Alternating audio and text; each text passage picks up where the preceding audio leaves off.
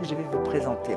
Parce que nous allons essayer de savoir quels sont les défis du Sud auxquels nous allons devoir apporter une solution en commun, conjointe, dans le cadre de le premier appel à projet. Je demande à l'autorité de gestion, M. Juan Yanes, de m'accompagner, à Madame Maria del Carmen Hernandez de la Sous-Direction générale de coopération territoriale européenne, à Fabien Pichon, préfecture de la région Occitanie, Raquel Rocha de l'Agence pour le développement de la cohésion du Portugal et Mayra Lopez Lavado, coordinatrice de coopération transfrontalière du ministère des Affaires étrangères d'Andorre. Nous allons les applaudir.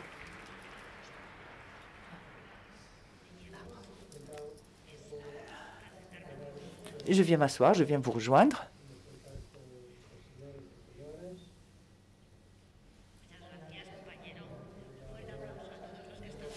Applaudissons tous ceux qui travaillent, bien sûr, merci, et des traducteurs. Juan Yanes, j'aimerais savoir pour quand est prévue la publication et que doivent prendre en compte les principaux bénéficiaires de ce premier appel à projet. Soyez les bienvenus tous à Santander. Permettez-moi, après 2 ans et 2 mois de travail, depuis que la Commission a communiqué aux États membres la continuation du programme, eh bien, permettez-moi de remercier le travail des équipes de direction des fonds européens du ministère des Finances, de la préfecture d'Occitanie, de la région d'Occitanie, de l'agence de cohésion au Portugal et du gouvernement d'Andorre. Et tout particulièrement le secrétariat conjoint, qui a vécu des journées de travail intenses, du début à la fin. Ce que nous avons aujourd'hui, c'est le travail de tous. Donc je tenais à les remercier et à avoir ces quelques mots pour eux. L'appel à projet a été rendu public hier. Il figure déjà en ligne. Je suis sûr que beaucoup d'entre vous avez pu y accéder. Les documents y figurent. Il y a une ISO. L'appel à projet n'est pas encore ratifié par le comité de suivi. Il y a quelque chose à faire encore. C'est une exigence de la part du règlement d'Interreg. L'idée, c'est que pendant le mois de février, tout au long du mois de février, le comité de suivi qui doit se constituer au programme valide et ratifie ce texte qui a été fait public, comme je le disais hier, comme je le disais tout à l'heure.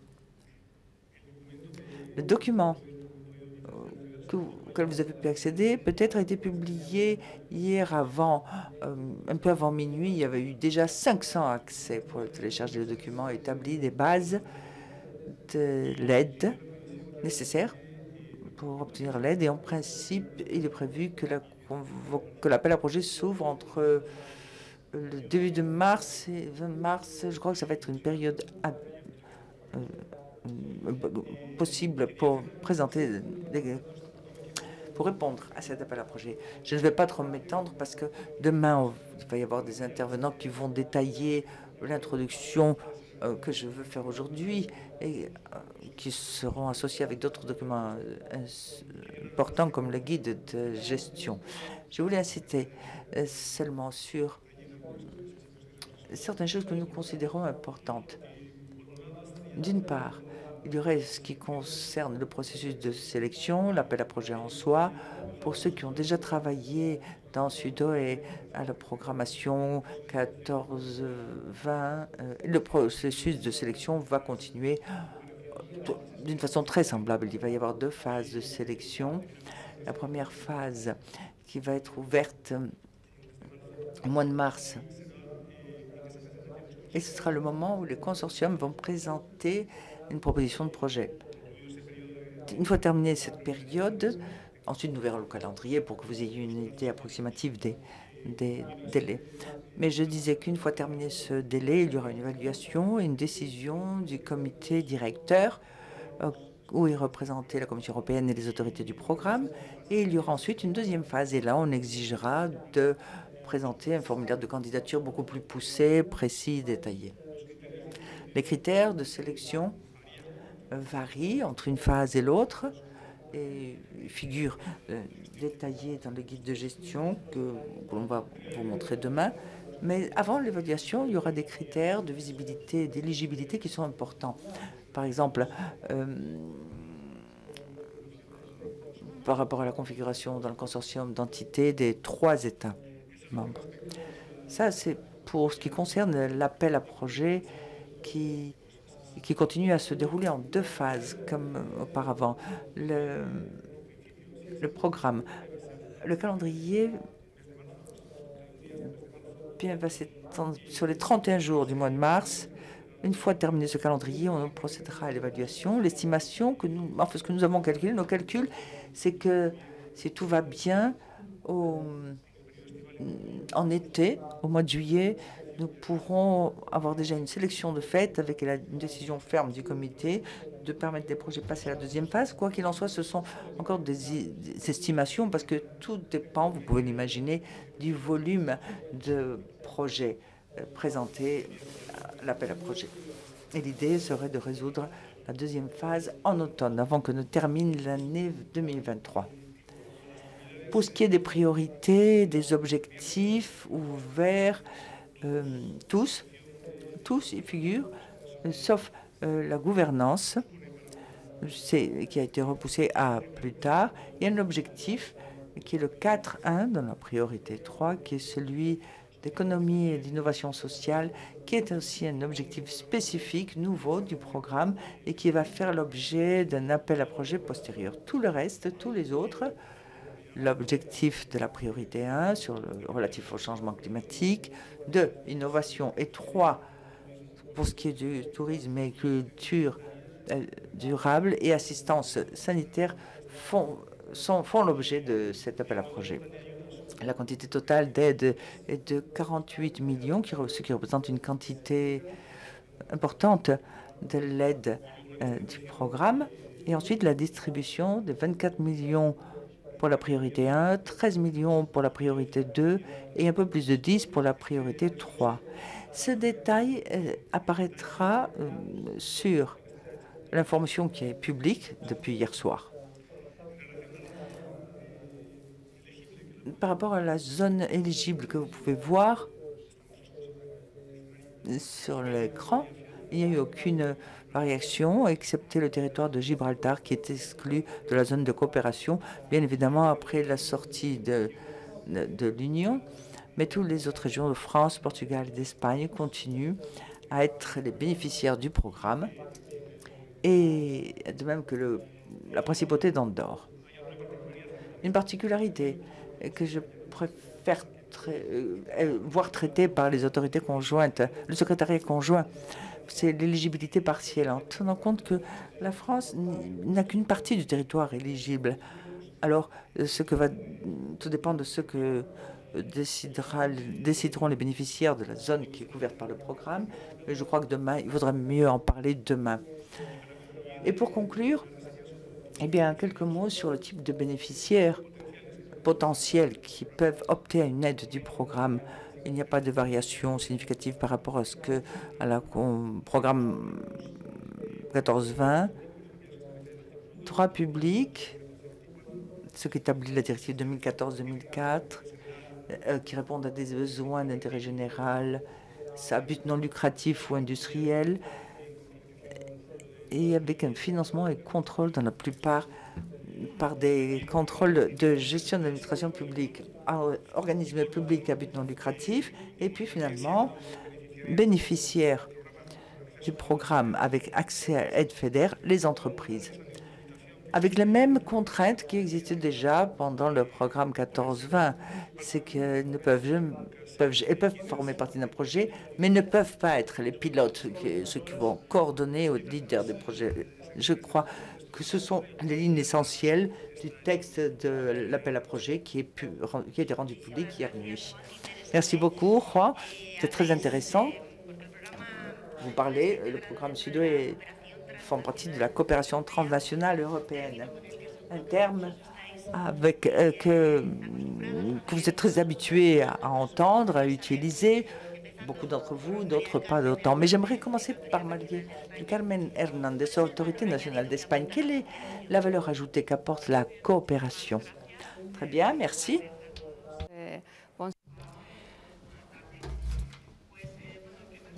En premier lieu, et si vous permettez, je voudrais remercier mon équipe, Esther Avillas, Jesus Fernandez. Merci, parce que comme le disait Juan, l'autorité de gestion, nous avons passé 2 années intenses pendant lesquelles nous avons coopéré de façon intense, et ce qui nous permet d'être ici aujourd'hui. Nous avons un tas de documents que vous connaissez pour certains, et qui permet surtout de financer vos projets s'ils sont retenus.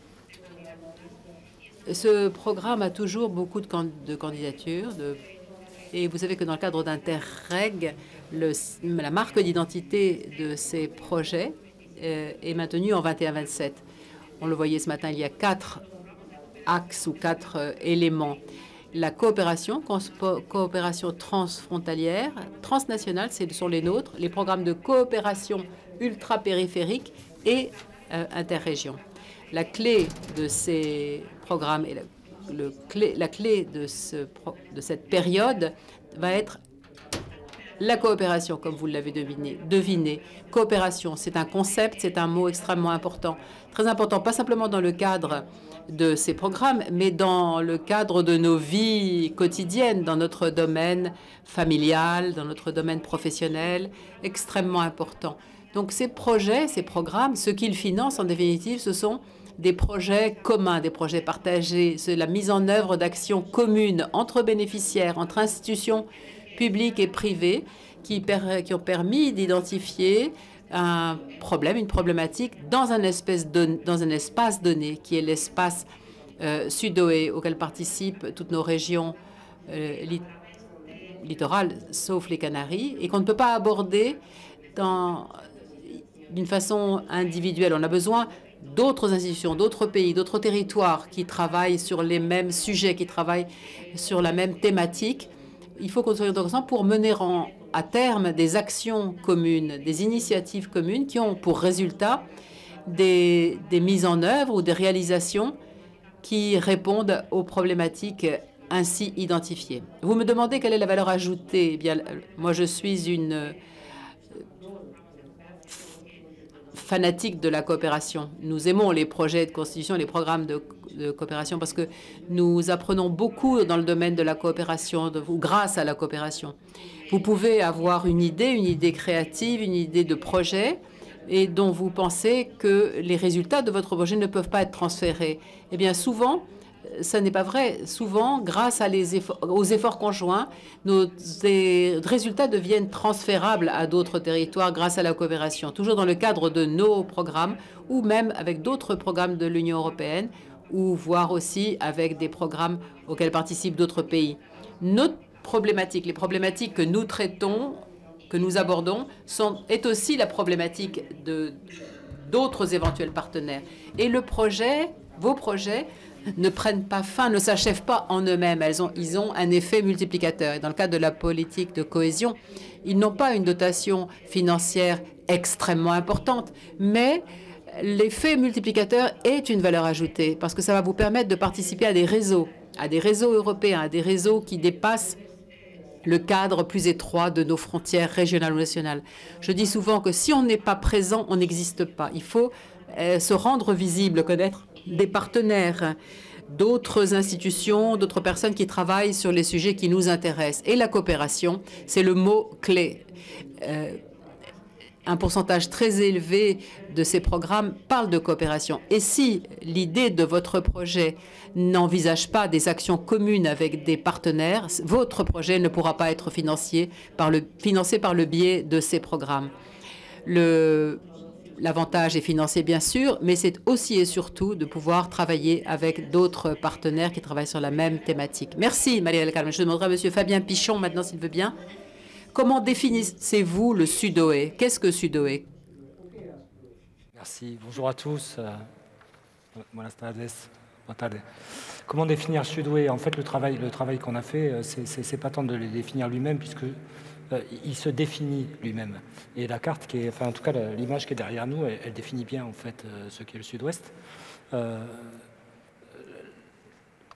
le Sud-Ouest, il se définit par lui et il se définit aussi par d'autres espaces qui l'entourent. Et c'est dans ce sens-là, en fait, qu'on parle d'identité du programme. La carte qui est derrière nous, elle le montre. Voilà. Elle le montre de manière très, très criante. À la fois, elle éclaire quelle est l'identité du programme, et puis elle est aussi trompeuse. Elle l'éclaire parce qu'on voit bien, en fait, la structure démographique de ce territoire, avec des centres urbains qu'on voit éclairés, qui sont éparpillés, qui sont pour l'essentiel focalisés sur le littoral, et puis quelques métropoles au sein d'un territoire qu'on voit en plus ombré, qui est un territoire éminemment rural. Et c'est le sens de ce qu'ont expliqué les intervenants en introduction. Elle est trompeuse aussi parce qu'en fait, tout ce qu'on voit en noir, eh ben, c'est pas vide.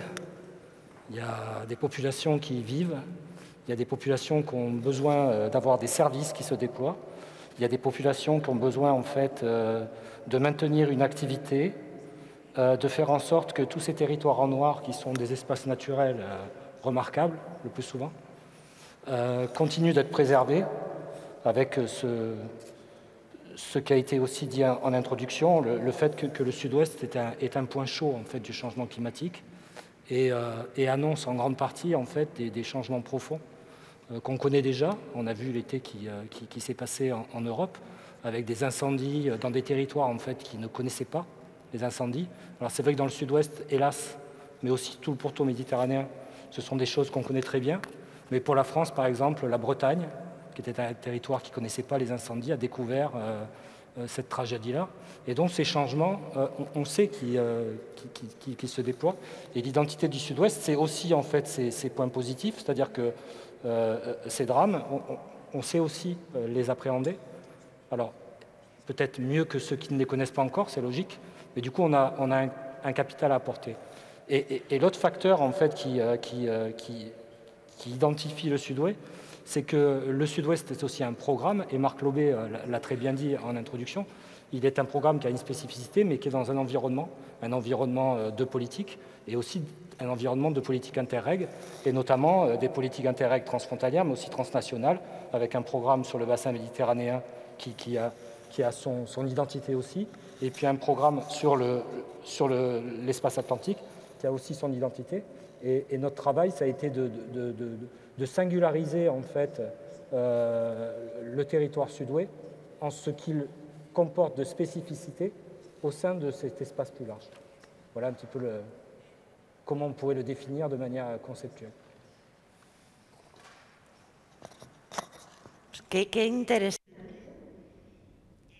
Extrêmement intéressant, merci. C'est intéressant et c'est gratifiant, je pense, le fait de savoir qu'il y a des professionnels comme vous qui sont portés par une sensibilité comme la vôtre sur un territoire qui, comme vous le dites, est sombre de zones d'ombre mais qui, grâce à vos projets, vont voir la lumière peut-être.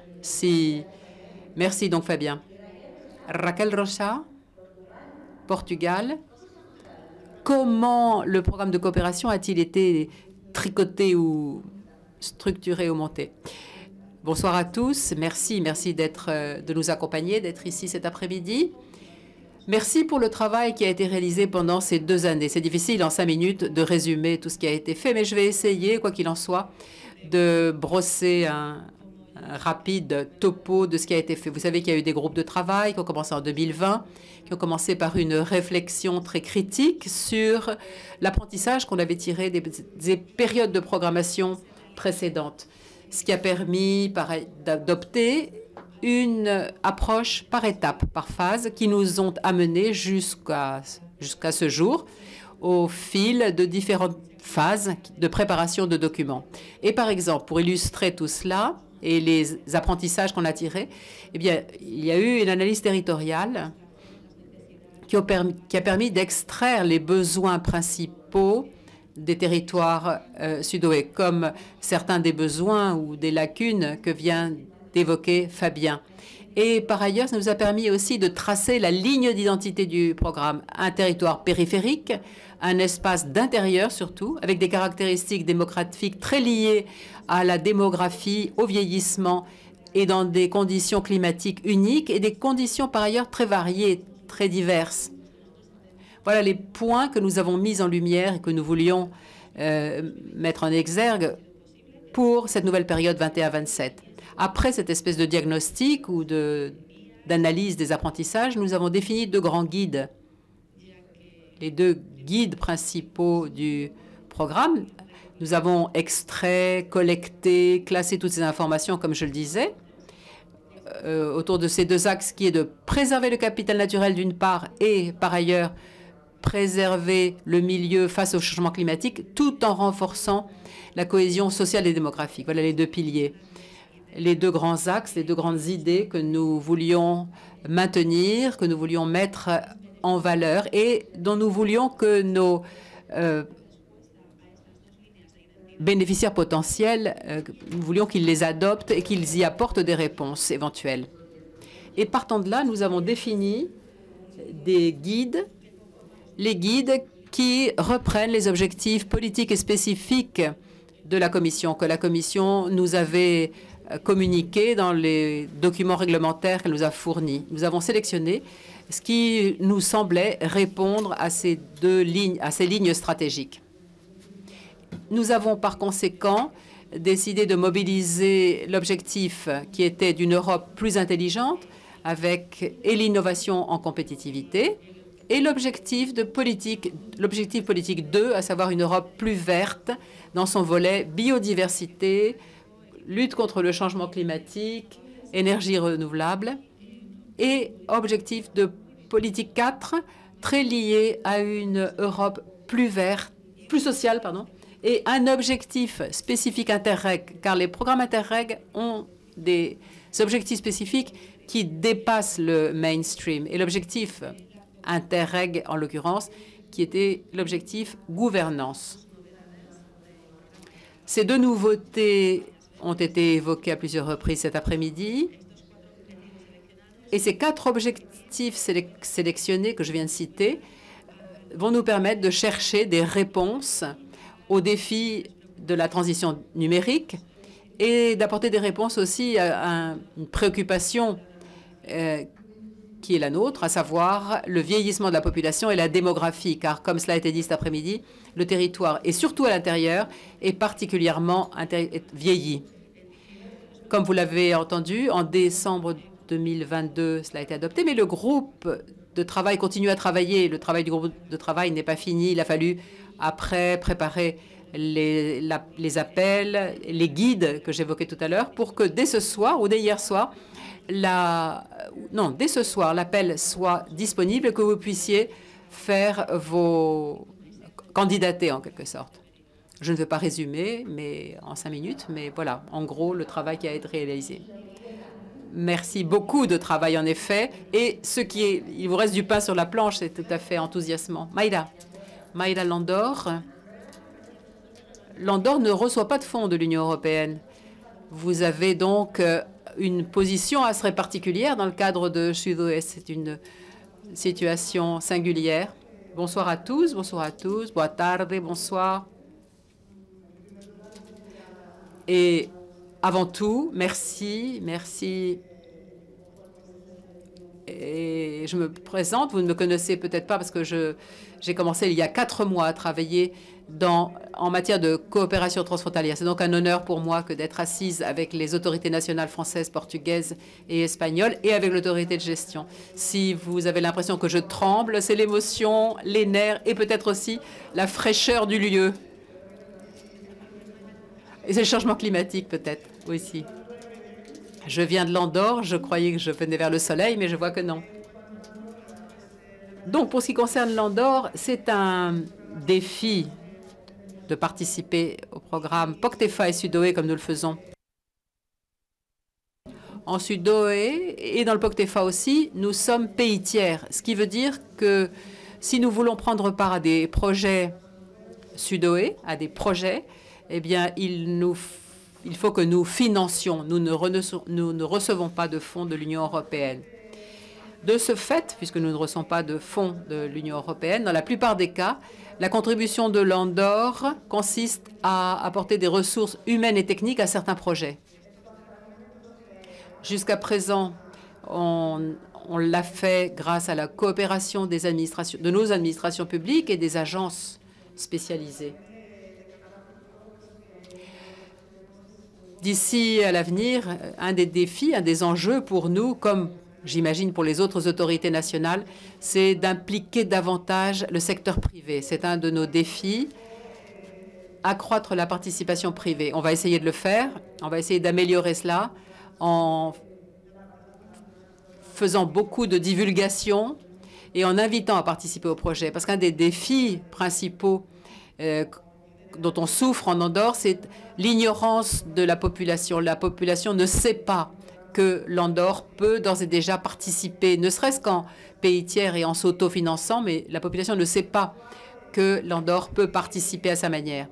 Aujourd'hui, comme nous sommes en cours de négociation d'un accord avec l'Union européenne, depuis 7 ans déjà, mais récemment, dans ce contexte de négociation, nous avons accru nos efforts d'information, sensibilisation de la population aux affaires européennes. Et dans le cadre de cet accord de collaboration qui est en cours de négociation, il y a un chapitre spécifique qui sera celui de la participation de l'Andorre aux programmes européens.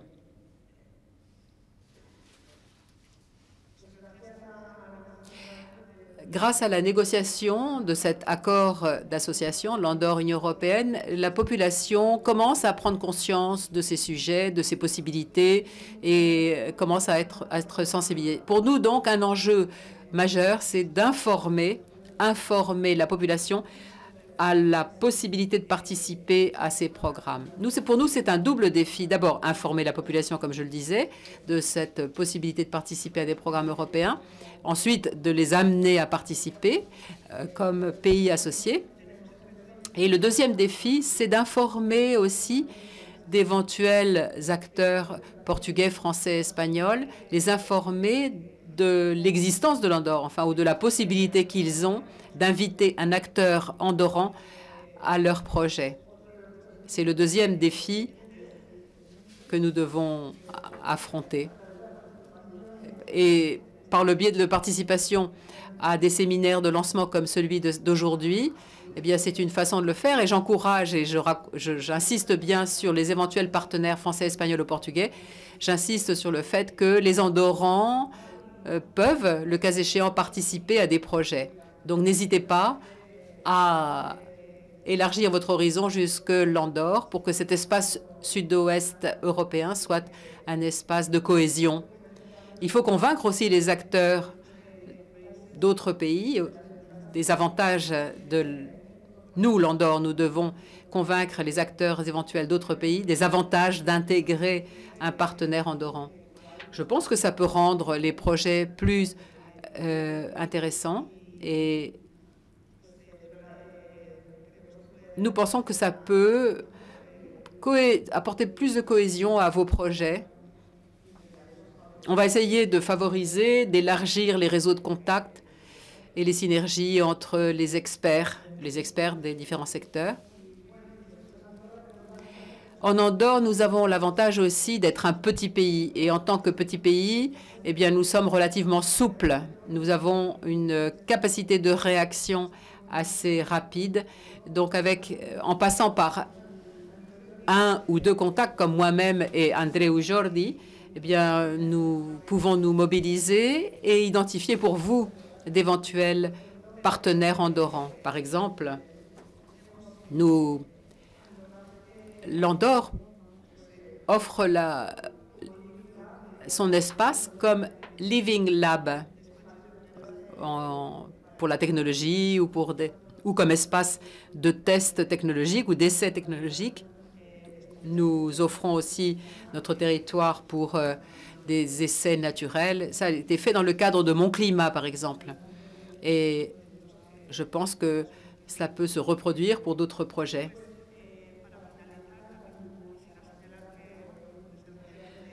L'Andorre ne peut pas être chef de file d'un projet. Et donc pour nous, un de nos défis ou un de nos enjeux, c'est s'il y a des partenaires andorrans qui veulent participer à des projets européens, ils ont besoin de partenaires. Ils ont besoin de trouver des partenaires d'autres pays pour pouvoir réaliser leurs projets. Puisqu'ils ne sont pas chefs, ils ne peuvent pas être chefs de file, ben voilà, c'est un autre des enjeux auxquels nous sommes confrontés. Nous espérons qu'avec le soutien des autorités nationales, françaises, espagnoles et portugaises, nous arriverons à nos fins. Donc, merci. Ben, je suis sûre que vous y arriverez, Maïla, merci.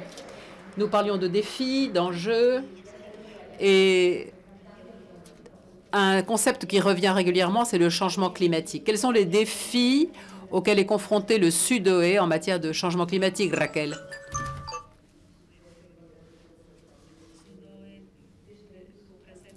Le Sud-Oé depuis qu'il soutient des projets, Sud-Oé est extrêmement sensible à ces sujets.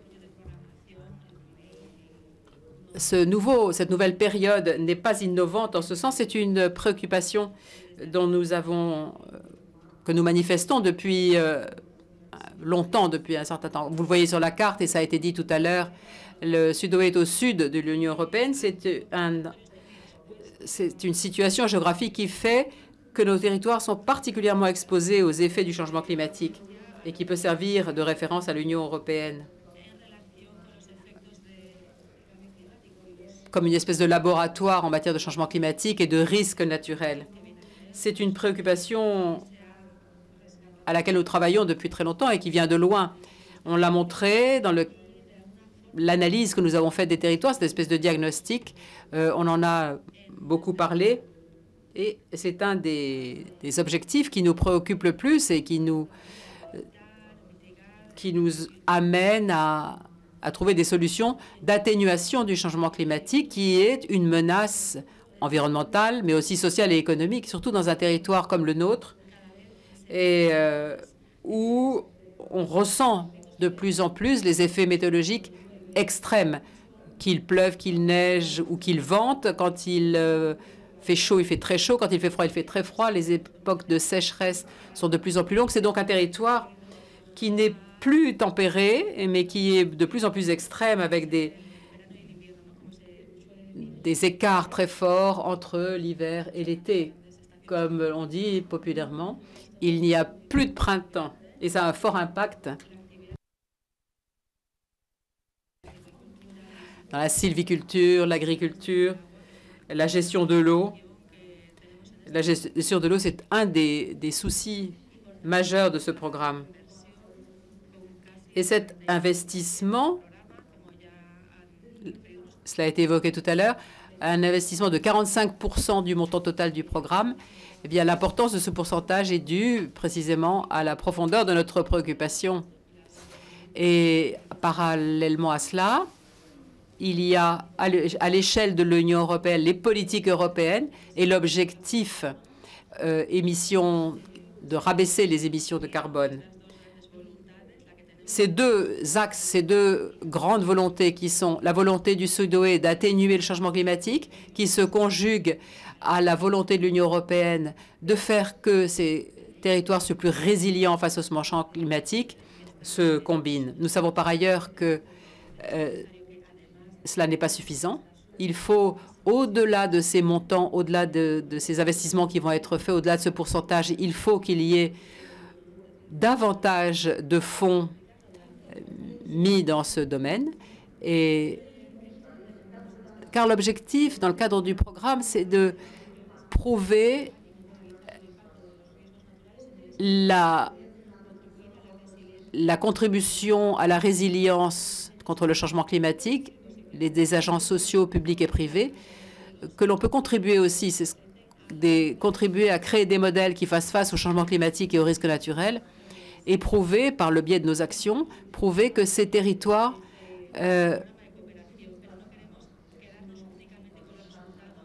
produisent des résultats. Mais on ne veut pas garder que les résultats de notre territoire. Il faut qu'au-delà de ça, on puisse prouver, on soit capable d'expliquer ce qui a été fait et que ce qui a été fait dans notre domaine territorial peut être transféré au reste de l'Europe. C'est un défi. Nous espérons pouvoir y arriver, mais jusqu'au 31 décembre 2027, nous ne le savons pas encore. Mais nous faisons confiance à tous vos projets pour favoriser cette atténuation du changement climatique dans votre territoire du Sud-Ouest. Vous y allez y arriver, j'en suis convaincue, et j'ai absolument confiance en vous tous et chacun. Maria del Carmen, on a parlé de la logique d'intervention du programme. Quand on parle de logique d'intervention du programme, qu'est-ce qu'on entend par là? Je pense qu'on en a parlé cet après-midi. Raquel l'a évoqué à nouveau quand elle parlait du travail qui a été fait ces 2 dernières années. Fabien Pichon l'a dit aussi quand il a évoqué les défis et les enjeux de notre espace sud-ouest. Quand on parle de logique d'intervention, quand on parle des priorités qui ont été choisies pour le programme, eh bien, il est très important de garder à l'esprit la logique d'intervention. Logique d'intervention et priorité. C'est extrêmement important car ces priorités, comme le disait Raquel, ils sont au nombre de 4. La première priorité étant de préserver le capital naturel, qui est un capital naturel extrêmement riche dans notre espace sud-ouest, et renforcer l'adaptation au changement climatique. Eh bien, cette première priorité s'aligne aux objectifs politiques que vous connaissez certainement, qui sont fixés par les règlements. Et cette première priorité, priorité 1, est associée à l'objectif politique 2 lié à l'environnement. Mais le programme a aussi sélectionné une autre priorité qu'on appelle priorité 2, qui est associée au renforcement de la cohésion sociale et la cohésion territoriale, et en particulier face aux enjeux démographiques dont on a beaucoup parlé cet après-midi, et tout cela par le biais de l'innovation, par le biais de la transformation économique du Sud-Ouest. Cette priorité spécifique est associée à l'objectif politique 1 d'innovation.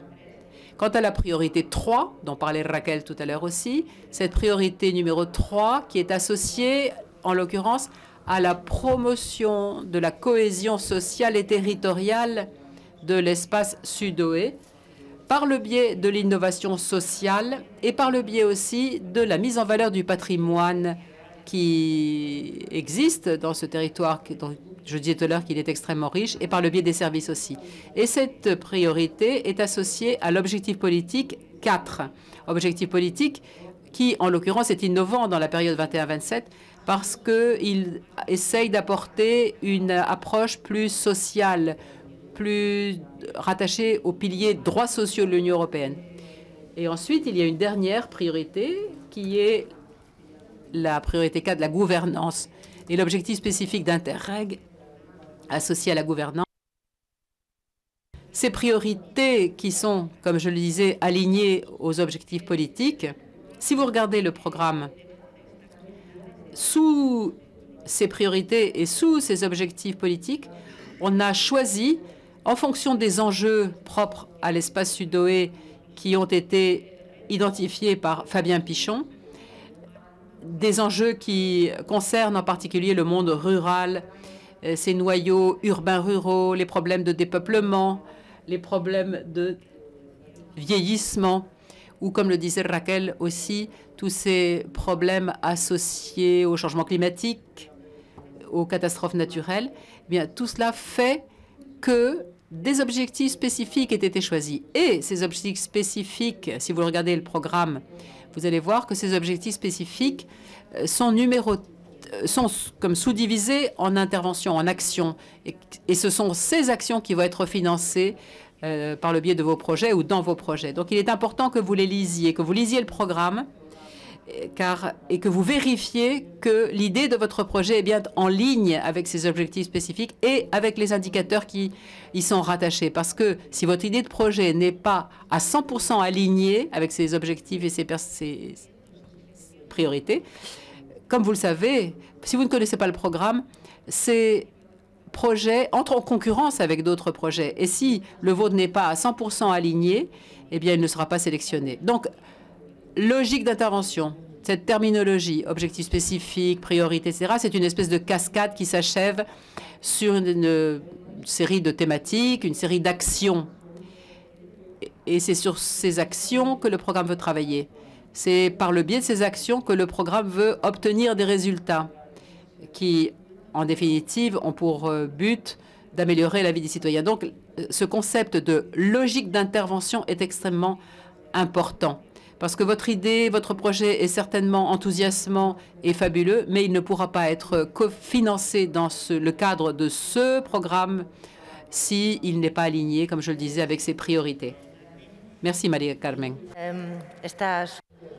Fabien, il y a Sudoe, mais comment est-ce que Sudoe se complète avec le programme de coopération transnationale Interreg Atlantique, Interdeg, Euromed?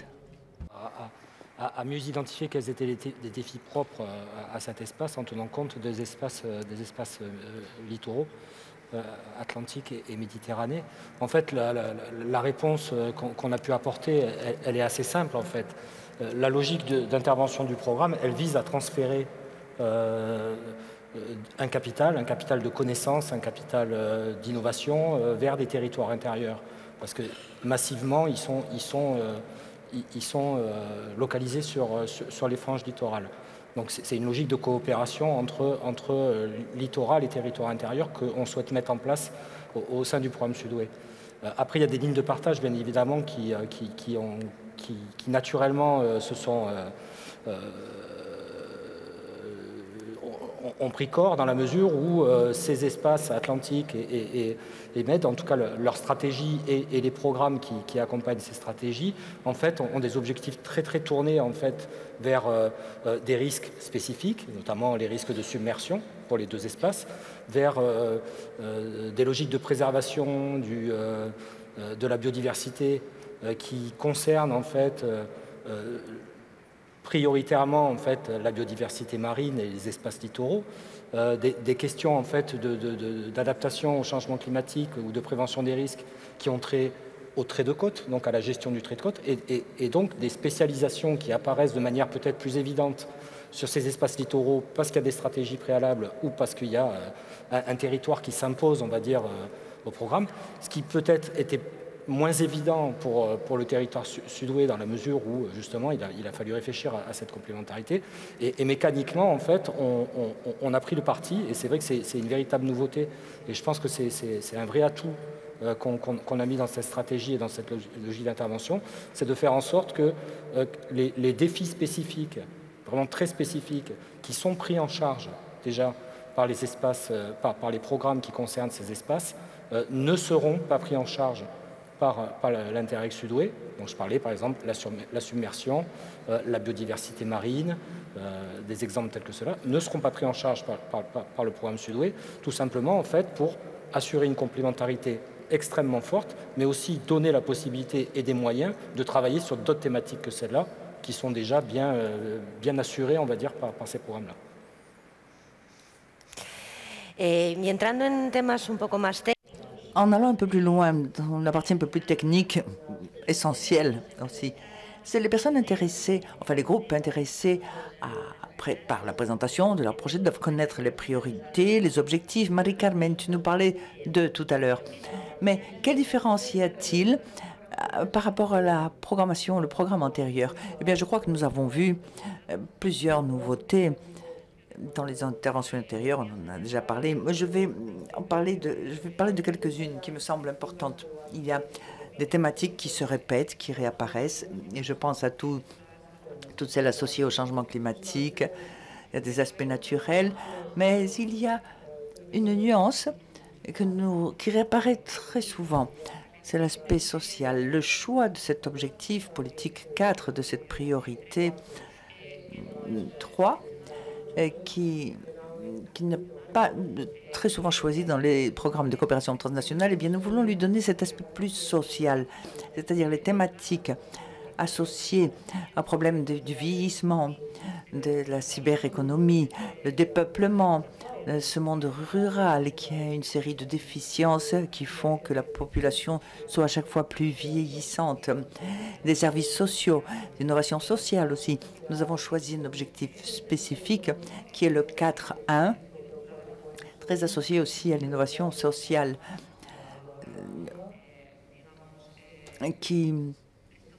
Et cet objectif spécifique n'apparaîtrait pas dans cet appel à projet. Mais ces objectifs sont très importants et ils auront surtout un aspect transversal.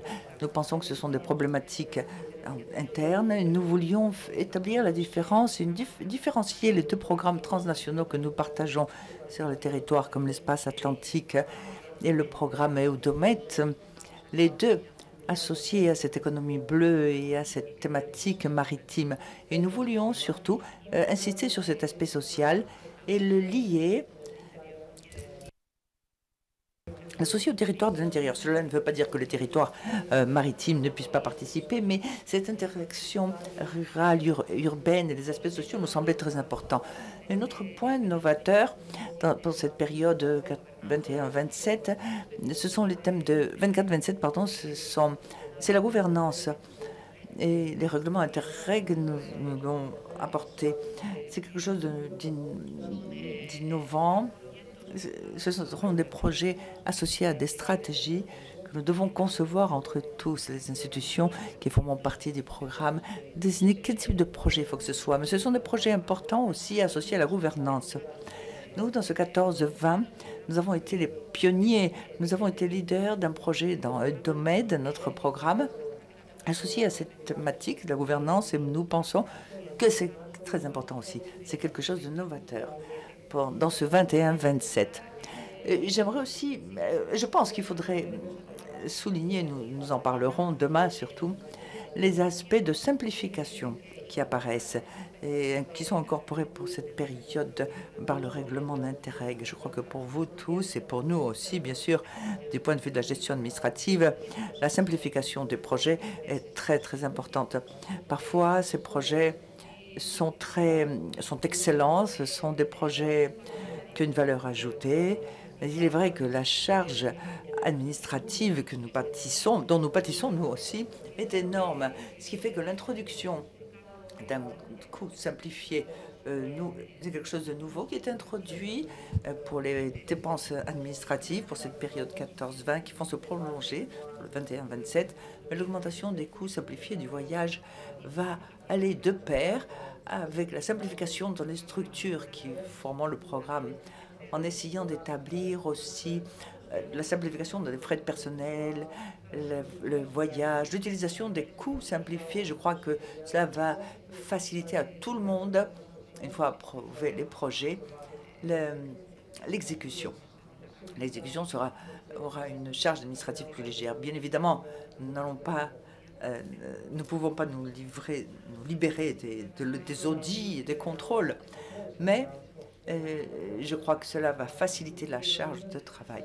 Et d'après moi, ce sont les trois éléments. Il y a beaucoup d'autres éléments, nous en reparlerons demain pendant la journée, mais je voulais insister sur ces trois qui me semblent importants pour la période suivante. Merci beaucoup.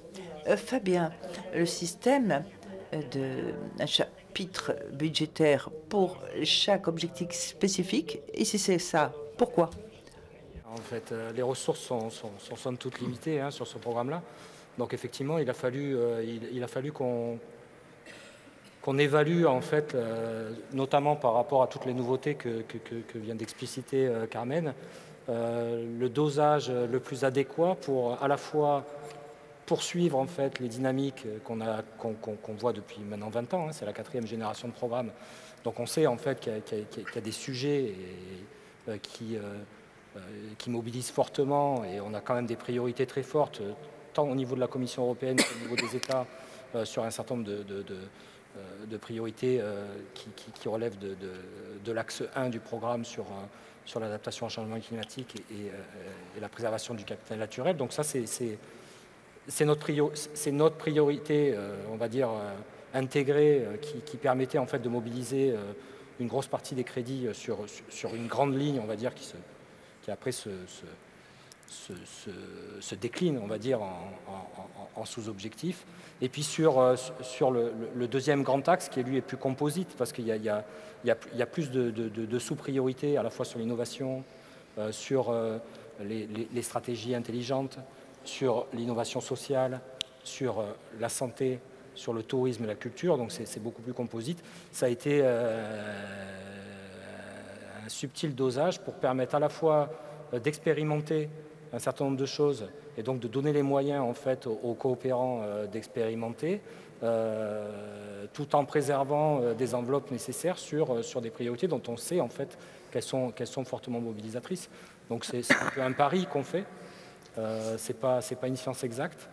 Je pense que tous les porteurs de projets pourront à un moment considérer que certaines priorités n'ont pas été assez dotées. Je pense que personne ne dira que certaines sont trop dotées, mais voilà, c'est un pari qu'on fait à la fois sur la connaissance qu'on a des dynamiques à l'œuvre et puis sur des tentatives qu'on fait sur des nouveautés dont on espère en fait qu'elles toucheront leur cible. Y Raquel, respecto a las prioridades del anterior programa, a este. Et par rapport à l'antérieur programme, Raquel, par rapport à celui-ci, qu'est-ce qui a changé? Eh bien, ce qui a changé, c'est ce dont a parlé Carmen. Nous continuons à miser sur le numérique et la transition numérique. Nous misons aussi sur l'environnement, mais ici, nous avons deux nouvelles priorités qui vont permettre d'incorporer la promotion sociale et de répondre aux défis démographiques et territoriaux. Et je pense à une priorité avec trois objectifs spécifiques, un peu plus associés à la partie que nous appelons sociale, l'Europe sociale. Et ça, c'est un grand changement dans un programme transnational. Il me semble que si nous n'incluons pas le 4.6, qui est ce qui concerne le tourisme, eh bien, c'est le seul programme transnational auquel participe le Portugal qui s'inquiète de ce thème, de cette question thématique.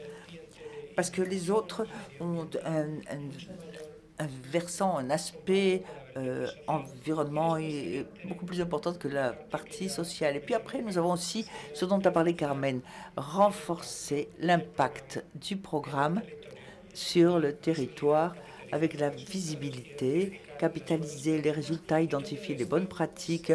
Et tout cela se fera avec l'objectif spécifique Interreg 1, en plus de toutes les nouveautés de la partie opérationnelle dont a parlé aussi Carmen, et que nous expliquerons demain dans le détail avec des collègues. Quelles sont ces mesures de simplification que nous citons toujours du programme pour pouvoir alléger la participation dans ces programmes qui ont souvent une charge bureaucratique très élevée. Et ce n'est pas à cause de nous, ce n'est pas parce que nous voulions, mais c'est le règlement qui l'exige. Eh bien, le règlement va alléger cette charge bureaucratique et nous aussi le programme. Les autorités nationales et avec les autorités des États, nous avons pu alléger la charge bureaucratique qu'impliquent ces projets parce que nous reconnaissons de fait qu'il y a certains aspects à changer. Il y avait ce besoin, c'était évident. Et nous l'avons fait. Nous verrons ensuite s'ils ont fonctionné et si nous avons atteint un équilibre. Ça, nous le verrons à moitié de l'année. Autre chose, quel est le consortium parfait? Quel serait, d'après toi, le consortium parfait? Qu'entendons-nous par la constitution de ce consortium? Au Sud-Ouest, nous avons ce qu'on appelle les piliers fondamentaux et que les projets doivent prendre en compte aussi ces piliers fondamentaux, mais nous pouvons les appeler d'une autre façon. Donc ce serait la concentration thématique. Il est important qu'ils prennent en compte la logique d'intervention. Nous avons eu une concentration thématique. Le programme mais aussi des indicateurs, aussi avec l'Union européenne. Eh bien, ces projets doivent contribuer à ces indicateurs. C'est-à-dire que ces projets et leur potentiel doivent savoir que leur projet doit contribuer à ces indicateurs négociés. La transnationalité, ça c'est quelque chose de fondamental dans un programme qui est présent dans 3 États membres et un pays tiers. Il est essentiel qu'il y ait de la transnationalité et qu'elle soit claire, qu'elle figure clairement sur les candidatures. Bien évidemment, il faut qu'il y ait une importance territoriale du programme, durabilité aussi, et cela veut dire que les projets approuvés doivent démontrer qu'ils ont la capacité de continuer à l'avenir une fois terminé le financement communautaire. Ils doivent être durables à long terme et pas seulement fonctionner pendant les 3 années du financement. Ils doivent être transmissibles et capitalisables. Donc d'autres programmes doivent pouvoir s'approprier de leurs résultats, d'autres organismes, et il ne faut pas que ce soit quelque chose de fini, bouclé, fini, et limité à la zone du Sud. Oui. Et de préférence, il faut pouvoir capitaliser les résultats qui ont déjà été répétés dans des périodes antérieures. Et c'est pour cela que tout a son sens, de voir maintenant améliorer, élargi ce qu'entendent les bénéficiaires qu'il faut faire pendant la période suivante de programmation. Ils ne peuvent jamais laisser derrière eux une articulation, une connexion avec les stratégies nationales et régionales, parce que c'est un critère qui figure dans l'évaluation des projets. Pour l'évaluation des projets, les acteurs impliqués doivent avoir des compétences en la matière qu'ils vont développer, parce que nous nous sommes rendus compte que cela ne se passe pas toujours. Il faut qu'il y ait un impact sur le territoire et des compétences sur la matière qu'ils abordent. Compétences dans la matière. Ils doivent s'inquiéter de ne pas être simplement une série d'actions les unes après les autres ou ajoutées les unes aux autres, mais la solution à un problème qui est apparu dans une région déterminée. Ce sont les facteurs à prendre en compte pour qu'un projet puisse avoir du succès à l'avenir dans un programme transnational. Marie-Carmen.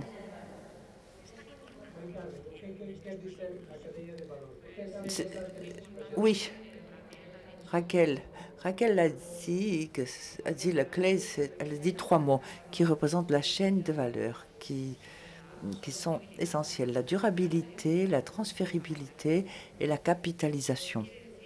Eh bien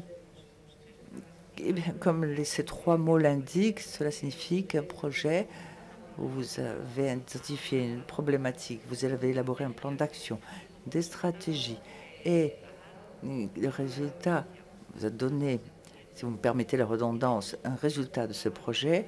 Ce que nous voulons, c'est que le programme qui avait déjà établi cette chaîne de valeur dans le programme 14-20 puisse maintenant voit maintenant ces résultats transférés au territoire et que ne soient pas jetés aux oubliettes, qu'ils permettent cette transférabilité d'être transférés aux autres territoires. Nous avons réussi à établir un projet pilote dans lequel nous avons identifié la problématique, elle a été résolue, on a élaboré un projet pilote.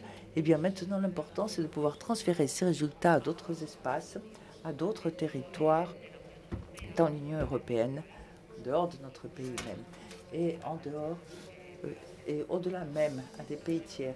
Donc c'est très important ce que disait Raquel dans l'identification de ce consortium, de ces partenariats, qu'ils soient compétents en la matière, c'est très important, parce que parfois nous identifions qu'il y a des consortiums où les institutions publiques ne figurent pas compétentes en la matière. Identifier les institutions ou les organismes publics ou privés qui peuvent mener ces projets pilotes et, au bout du compte, pouvoir transférer ces résultats de nos projets à nos politiques publiques. À la fin, le but de tous ces projets, c'est ça, de pouvoir transférer à nos politiques publiques, à l'échelle nationale, à l'échelle régionale ou à l'échelle locale, ces résultats que nous avons obtenus dans notre projet. Et il en va de même avec la capitalisation, comme le disait Raquel. C'est quelque chose de très important, cette capitalisation que nous pouvons transférer, cette complémentarité à d'autres programmes avec lesquels nous partageons le territoire. Elle disait que nous partageons le territoire avec l'espace atlantique et avec la Méditerranée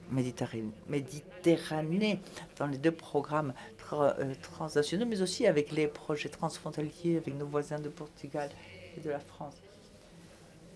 C'est pour ça que notre chaîne de valeur est si importante. Cette chaîne de valeur, il faut l'établir correctement pour pouvoir, comme je le disais, avoir durabilité, capitalisation et transférabilité de notre projet.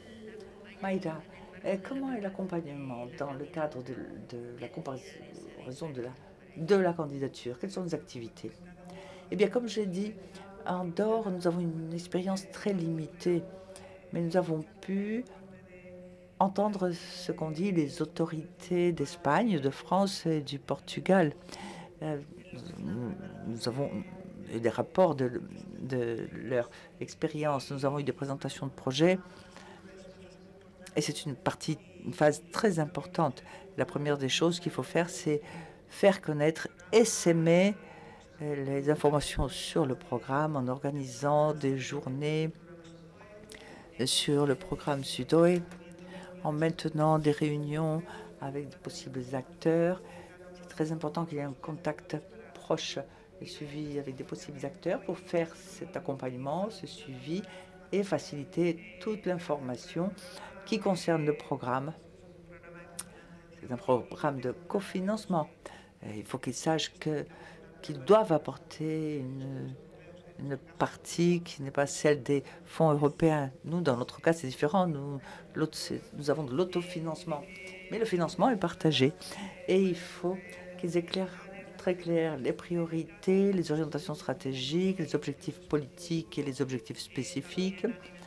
Et aussi l'échelle. Et puis, au niveau des délais, quels sont les appels? Et combien de temps auront-ils pour préparer le projet? Et après, le délai pour la résolution, l'échéance. Ce sont autant d'informations que les acteurs doivent avoir très clair avant de présenter leur projet. Et dans la mesure du possible, ce que nous allons essayer de faire, c'est cette espèce de matching, d'union d'intérêt entre les acteurs de l'Andorre avec d'autres pays, la France, l'Espagne, le Portugal, en assurant que les projets sont bien en ligne avec les objectifs du programme. Et ensuite, nous comptons sur l'autorité de gestion pour résoudre des doutes, parce que bien évidemment, notre expérience est courte, très limitée, et nous aurons sans doute des doutes que nous serons capables de résoudre tout seuls, et il faudra recourir à l'autorité de gestion et aux autres autorités pour pouvoir aider et que les projets qui se présentent arrivent à bon port et puissent être financés et réalisés. Fabien, quand on crée un projet, il faut présenter un projet pilote. C'est une dimension en fait qui apparaissait déjà dans le programme précédent, mais qu'on aurait souhaité renforcer et même systématiser. L'idée, effectivement, c'est d'aller plus loin en fait que la conception de méthodes ou de prototypes, mais c'est vraiment le test des solutions. Donc dans les indicateurs de réalisation, il y a des solutions, mais il y a des solutions qui doivent être éprouvées. Donc il ne suffit pas en fait d'établir une solution de manière théorique, mais bien de le tester. Et le choix qui a été fait, c'est de systématiser, quelle que soit la thématique et donc quel que soit l'objectif spécifique qui sera retenu pour le projet, de systématiser le test des solutions sur le terrain à travers des expériences pilotes qui pourront avoir lieu dans un des territoires du projet, dans tous les territoires du projet, dans 2 des 3 territoires du projet, peu importe, ou 2 des 4. Mais en tout cas, effectivement, de tester l'effectivité de la solution ou sa non-pertinence, parce qu'on a aussi le droit à l'échec à travers ces expériences pilotes. Mais c'est fondamental, en fait, pour la typologie des projets qui seront présentés et pour l'évaluation qui en sera faite. Pues tenéis delante a decenas de personas. Eh bien, vous avez devant vous des dizaines de personnes qui sont venues d'un tas de lieux différents de cette zone de l'Europe. Je vous demande de lancer les questions à travers l'application, parce que le temps est venu d'y répondre. Mais pour terminer votre intervention, j'aimerais vous entendre leur lancer un message à eux qui vous écoutent, qui attendent beaucoup de cette nouvelle étape. Que leur diriez-vous pour qu'ils se lancent et se lancent à participer? Je commencerai par toi, Mayra. Eh bien, le message est bien clair, en 2 mots. Comptez sur nous. Nous formons partie du programme, nous voulons être plus actifs, nous voulons participer de façon plus activement et dans la mesure du possible, nous ferons en sorte d'y arriver avec les Andorrans de synergie pour grandir à chaque fois davantage dans la participation au programme Sud-Ouest. Mayra Lopez, autorité nationale d'Andorre, pour nous accompagner. L'autorité nationale de l'Espagne, maintenant, Maria del Carmen Hernández. Ce message, eh bien, moi j'en ai plusieurs. J'ai plus d'un message. L'un d'eux, soyez réalistes. Comptez sur les ressources financières et humaines nécessaires. Le fait de présenter plus de candidatures ne va pas signifier que votre projet sera choisi. Il faut compter sur des ressources financières et humaines pour pouvoir gérer le projet. Pourquoi? Eh bien, parce qu'il faut d'abord débourser avant de recevoir l'aide. Donc, soyez réaliste dans votre planification du projet. Choisissez avec beaucoup de soin vos bénéficiaires. Il faut qu'ils soient compétents en la matière. Pensez au territoire sud-ouest européen parce que dans le cas espagnol, plus de 50% du programme est territoire espagnol. C'est-à-dire il faut que vous pensiez à un projet qui, à nous, devra nous paraître avoir un impact sur le territoire. Ce n'est pas valable de penser à je cherche un bénéficiaire que je rajoute et qui fait peu de choses. Non. Configurez bien vos projets dès le début, structurez-les bien parce que ce sera le succès, ce qui va garantir le succès de son élection, de son choix, et que l'exécution ensuite soit la correcte. Nous, depuis la Direction générale des fonds européens, nous sommes à votre disposition pour toute question, tout doute qui pourrait surgir. Nous sommes, autant l'équipe que moi-même, à votre disposition. Je vous souhaite énormément de chance et analysez, étudiez beaucoup le programme. Moi, je dis toujours que lisez le programme avec soin. Nous avons tendance à ne pas lire tout ce qui est plus d'une minute. On laisse passer. Si votre projet n'est pas en ligne 100% avec les objectifs spécifiques, avec le type d'action, d'intervention qui vont être demandés par le programme, avec les indicateurs, ne présentez pas au programme parce qu'il ne va pas être choisi et votre effort aura été vain et le nôtre aussi. Bien, je vous souhaite à tous beaucoup de chance avec votre idée de projet. Merci. Un aplauso, claro que sí. Merci et bien sûr, applaudissons. Autorité nationale France, Fabien Pichon, région Occitanie. Quelques mots pour tous ceux et celles qui attendent. Et non un. On a beaucoup explicité depuis le début de l'après-midi la nouvelle logique d'intervention du programme. On a fait un choix assumé d'être plus stratégique. Je pense qu'il faut que ce choix qui a été fait par les autorités du programme et qui est aussi un choix concerté avec les territoires. Ce n'est pas un choix hors sol, puisque ce programme-là, il a été concerté avec les territoires. Il y a eu plusieurs manières de le faire. Il y a eu des réunions avec les régions, il y a eu des consultations publiques. Et donc ce choix qui est assumé, il doit être vraiment la ligne directrice pour les projets qui seront menés. Il est logique, en fait, et on le sait, les porteurs de projets travaillent, tracent leur sillon, et puis parfois, ils veulent émarger à un programme, et ils peuvent avoir une tentation de s'exonérer en fait des directions que le programme prend. En fait, cette direction, elle est totalement assumée et il faut que ça vous guide pour soit concevoir, soit aménager les projets que vous aviez préalablement à l'esprit. Le deuxième message, en fait, c'est que tout ce processus, il ne se fait pas tout seul et qu'il y a un collectif, en fait, qui fait vivre ce programme, un collectif fait d'autorités nationales, de régions, d'autorités de gestion, d'un secrétariat conjoint, d'une autorité de paiement, d'une autorité... qui est un vrai collectif à votre disposition au cas où vous avez des doutes en fait sur la direction à prendre. On est là pour vous appuyer et vous accompagner à aller dans le même sens que le collectif. Merci beaucoup. Et Raquel. Merci beaucoup, Raquel, Autorité nationale du Portugal. 2 mots.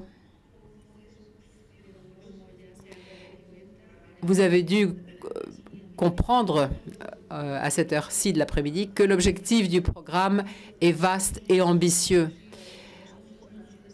On ne pourrait pas concrétiser ce programme sans vos actions, sans vos projets. Donc, je vous demanderai de le faire, de présenter vos projets, mais après avoir lu le programme. Vous avez des fiches, des guides, un document, tous ces documents. Chacun des documents est très détaillé, est important. Lisez. N'imaginez pas que ce qui va vous être raconté ici cet après-midi va vous suffire pour concevoir votre candidature. Lisez, les documents sont très bien conçus, très bien rédigés et présentez une candidature qui, comme le disait Carmen, soit réaliste et puisse être véritablement appliquée, mise en œuvre.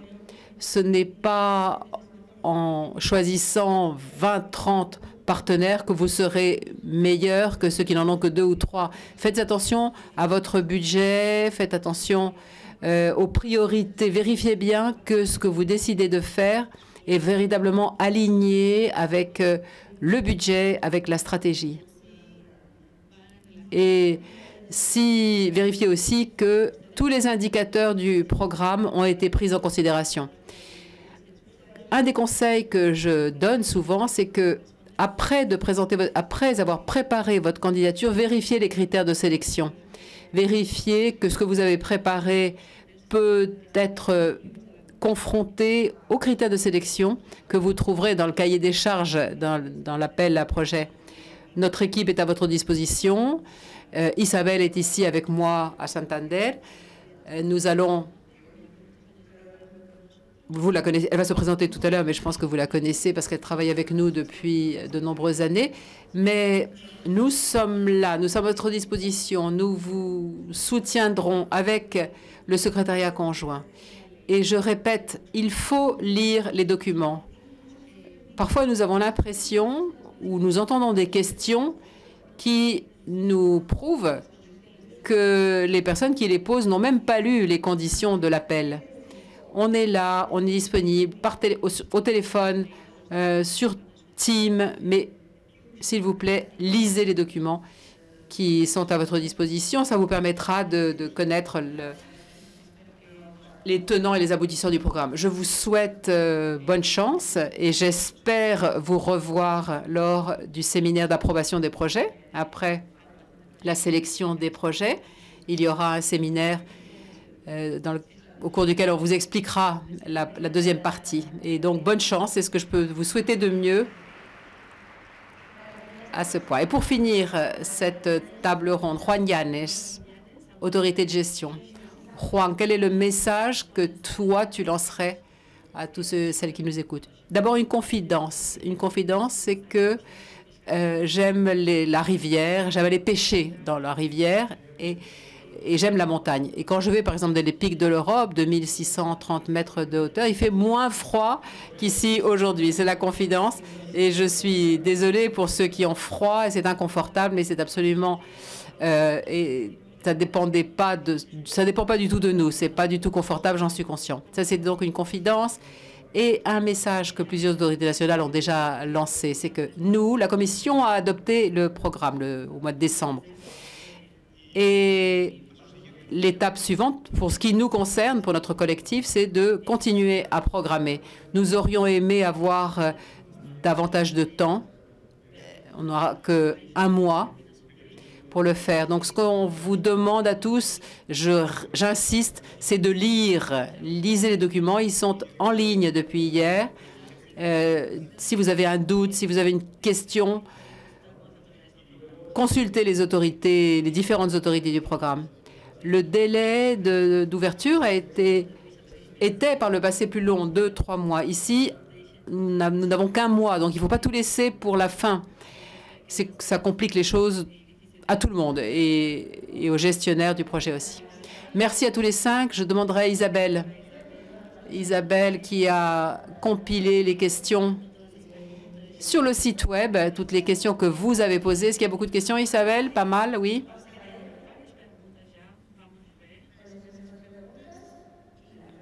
Voyons donc quelles sont les questions et les réponses. Donc effectivement, comme on vous a expliqué Antonio, vous avez la possibilité de nous envoyer des questions via l'application. Donc on va commencer par ces questions et bon, vu le temps, on pourra peut-être prendre une ou deux questions en direct. Les hôtesses sont dans les couloirs pour vous faire passer le micro. Donc en fait, bon, ça c'était prévisible. Il y a certaines questions qui ont vraiment trait avec les thèmes qui seront abordés demain lors des présentations du secrétariat conjoint, à savoir des questions très techniques sur le montage de projet. Donc je vais quand même lire les questions. Si vous voulez, vu qu'on a très mal de temps, je vais y répondre aussi. Et il y a quelques questions sur lesquelles vous pourriez intervenir, vous les autorités nationales. D'accord? Donc, la première question, c'est une personne qui demande si le thème de la Silver Economy et du dépeuplement entre dans le premier appel à projet. Donc ça, ce sont les questions qui sont relatives à la priorité 3, qui sont également transversales aussi, qui peuvent être sur d'autres questions de la priorité 2.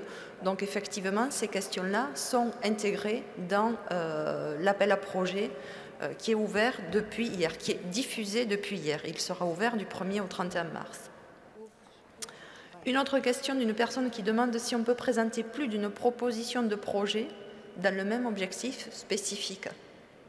Et une autre question qui nous est arrivée aussi, si le nombre de participations par entité était limité. Donc en fait, ce sont des questions qui se chevauchent et certaines personnes confondent.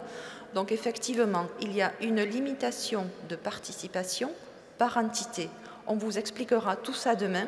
Donc un petit aperçu que vous pouvez avoir également dans l'application, nous avons intégré tous les PowerPoint qui vont être présentés demain. Donc vous pouvez commencer déjà à y jeter un coup d'œil pour anticiper vos questions si jamais les éléments que l'on vous a transmis jusqu'à présent ne sont pas clairs. Donc effectivement, il y aura une limitation par entité. En revanche, il n'y a pas de limitation à présenter 3 candidatures, par exemple, dans un objectif spécifique. Ensuite, il y a une personne qui demande quand sera ouvert l'appel à projet sur l'objectif spécifique 4.1, celui de l'innovation sociale. Donc là également, on vous a diffusé le calendrier prévisionnel des appels à projets. Donc vous avez vu qu'on avait un peu de retard par rapport à ce qu'on avait initialement prévu, vu que l'appel à projet actuel, nous avions prévu de l'ouvrir au mois d'octobre dernier. Il est prévu que le second appel à projet dans lequel sera intégré l'objectif spécifique 4.1 soit ouvert au mois d'octobre de cette année. Donc ça aussi, c'est une des questions que nous allons travailler dans les semaines qui suivent et surtout au regard du nombre de candidatures que nous allons recevoir au terme de ce premier appel à projet, parce que forcément, ça va conditionner le travail de toutes les autorités ici présentes dans l'évaluation des candidatures et dans la préparation du futur appel à projet. Donc, si ce n'est pas en fin d'année, ce sera en début d'année prochaine que l'objectif 4.1 sera ouvert à l'appel à projet. Ensuite, j'ai une autre question. Est-ce qu'une ONG peut être chef de file d'un projet ?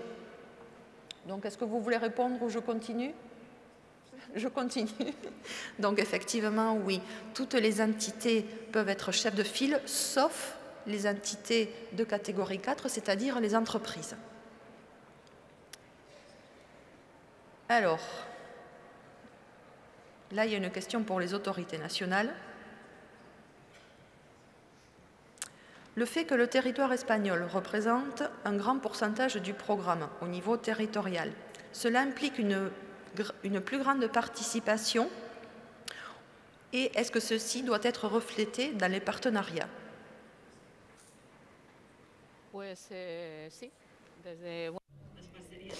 La réponse est oui. On va voir demain. On va voir demain. Il va y avoir des réunions techniques et on parlera de la construction. Je ne sais pas si c'est une question pour cet après-midi ou pour demain, mais vous savez que ce programme est en concurrence compétitive et la co-instruction de l'évaluation des projets, c'est-à-dire que du point de vue technique, il y a des points, on attribue des points, le secrétariat conjoint attribue des points et toutes les autorités nationales, de leur côté, attribuent aussi une note.